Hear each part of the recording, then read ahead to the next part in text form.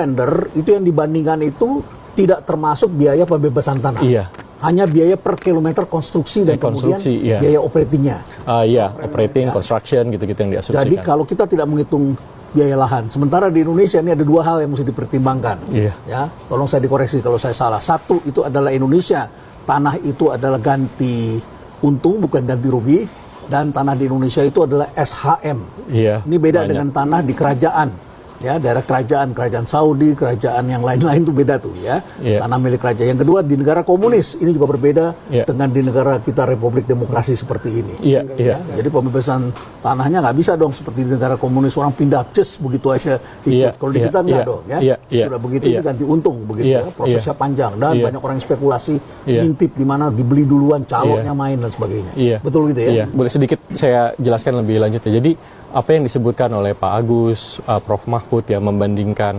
angka per kilometer kita 52 km dengan di Cina 21 atau 22 itu sebenarnya juga nggak apple to apple, karena tadi di Tiongkok saya tahu sumbernya itu dari studinya World Bank, itu sekitar 21 juta dolar per kilometer. Studi itu dilakukan tahun 2016 ya Prof, 2016-2015 kalau saya nggak salah ingat, dan itu tidak memasukkan biaya pembebasan lahan. Kalau di Cina kan ya nggak ada Prof bebasin lahan kan, ya semuanya dia negara yang akan mengambil alih gitu ya.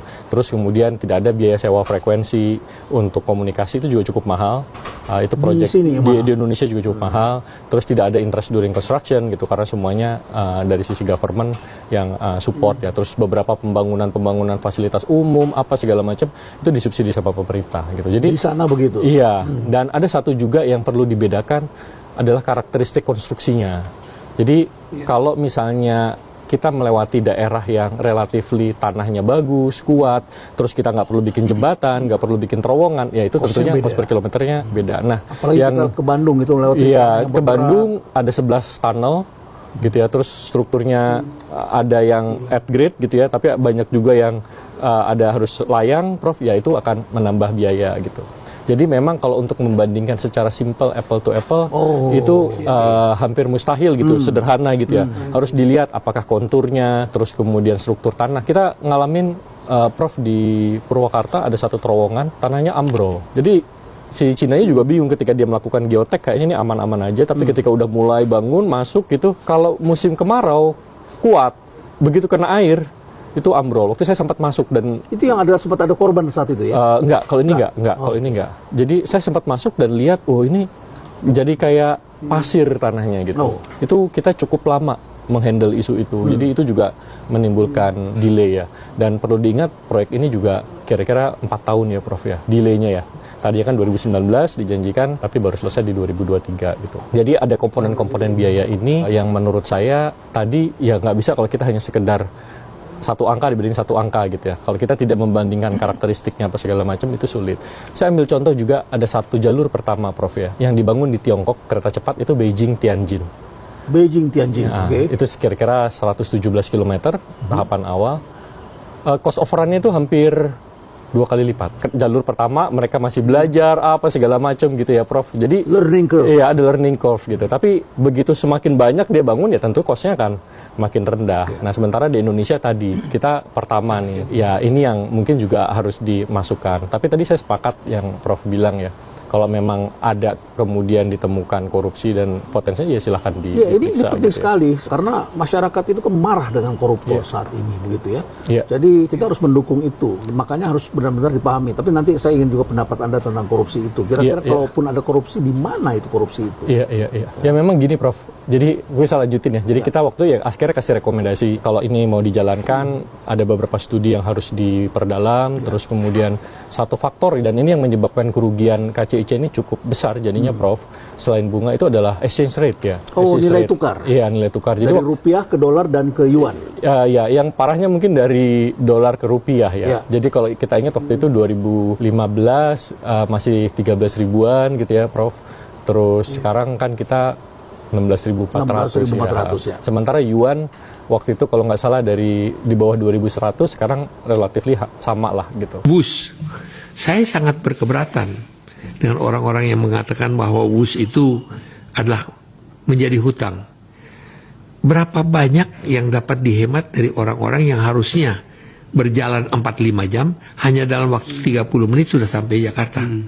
Penghematan waktu 1 jam seorang Akbar Faisal, mungkin 1 jam $400-500 sebagai seorang lawyer. 5 jam $2.500. Nah, ini tentunya multiplier efek daripada satu ekosistem ekonomi harus diperhatikan juga.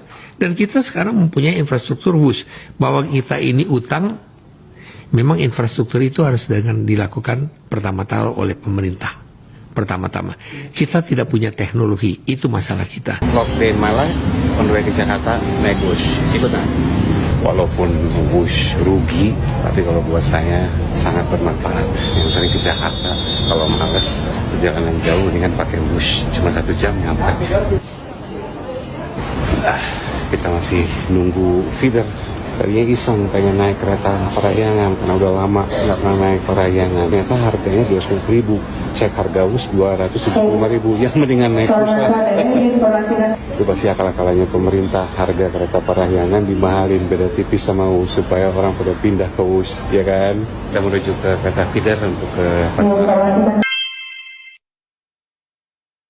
Ini menurut saya cukup sulit untuk membandingkan apple to apple. Kenapa? Kan orang membandingkan, oh kita sekarang habis 7,2 miliar dolar, terus kemudian proposal Jepang waktu itu jauh lebih murah ya, sekitar 4 atau 5 miliar dolar. Satu, proyeknya ini udah selesai, keluar angka 7,2 miliar, yang ini masih di atas kertas. Nggak apple to apple, karena itu belum terrealisasi. Padahal China proyeknya berapa harga? Angkanya mungkin sekitar 5 ya. Tapi gini, ketika kita lakukan perbandingan, sebenarnya kalau yang paling bisa digagalkan itu perbandingan biaya konstruksi. Yes. Itu nggak terlalu beda jauh. Yang membedakan nanti itu adalah kompensasi lahan, yang lainnya itu membedakan. Tapi saya mau ambil gambaran, Mbak. Ini kita selesai 7,2 miliar, kita ada cost of run 20%, sekitar 1,2 miliar gitu ya. Nah, kita coba bandingkan dengan proyek kereta cepat lain yang juga dibangun misalnya oleh Jepang, ada di India gitu ya. Itu ada dari Maharashtra ke Ahmedabad ya, 500 km. Belum selesai proyeknya, Mbak. Cost of run-nya akan dari 13 miliar dolar menjadi 20 miliar dolar. Jadi, makanya kalau kita mau membandingkan ini sesuatu yang masih di atas kertas dengan sesuatu yang sudah selesai, itu perbedaannya signifikan. Ya, makin terbuka ya pikiran kita teman-teman menyimak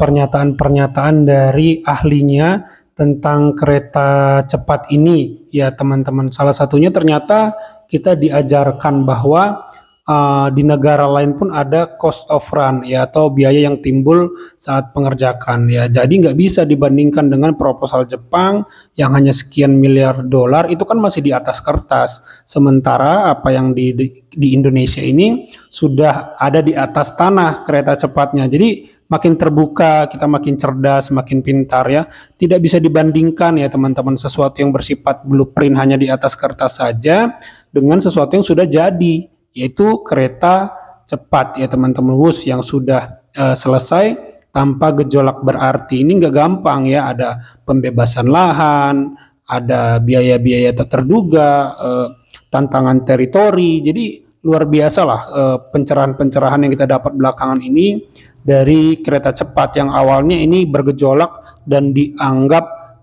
warisan buruk dari Pak Jokowi. Padahal bukti bahwa Pak Jokowi itu luar biasa, salah satunya kereta cepat ini. Di negara lain itu juga belum tentu selesai. Di negara kita bisa selesai dengan sangat baik dan bermanfaat ya. Itu teman-teman ya. Kalau menurut teman-teman bagaimana nih? Coba tambahkan di kolom komentar. Itu saja video kali ini. Terima kasih yang sudah menyimak sampai selesai. Sampai jumpa di video saya selanjutnya.